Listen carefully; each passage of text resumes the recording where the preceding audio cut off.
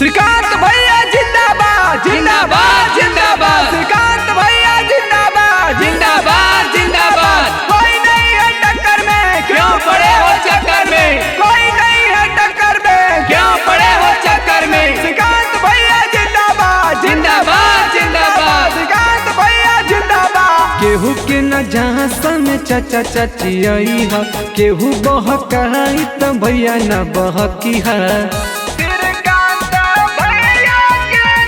केहू के न जहाँ सन चाचा चाची आई है, केहू बहकाई त भैया न बहकी है। सरसौली पंचायत से समिति बनाई देवे के बा ये भैया हो।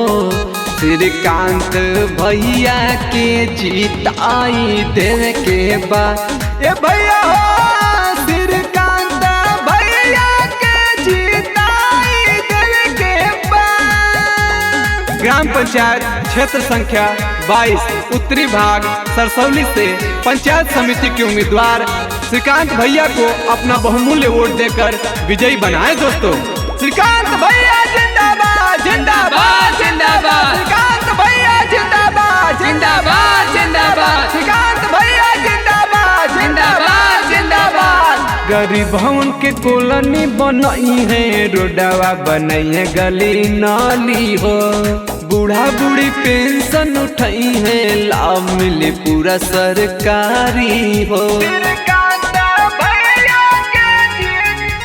गरीब भवन के कॉलोनी बनई है, रोडवा बनई है, गली नाली हो।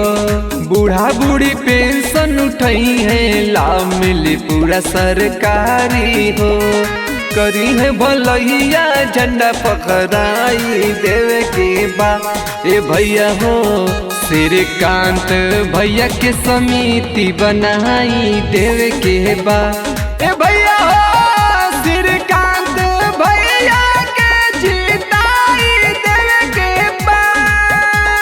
ये चाचा ये चाची अब की बार पंचायत समिति के उम्मीदवार श्रीकांत भैया को भारी से भारी मत देकर विजयी बनाए।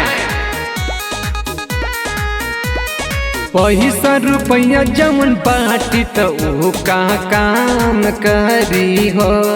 मत नहीं बेची है भैया कहतनी हथवा के जोड़ी हो।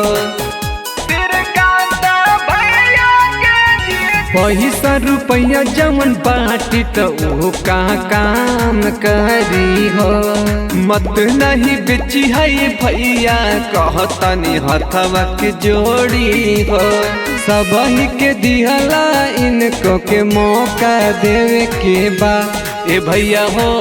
श्रीकांत भैया के समिति बनाई देवे के बा ए भैया हो।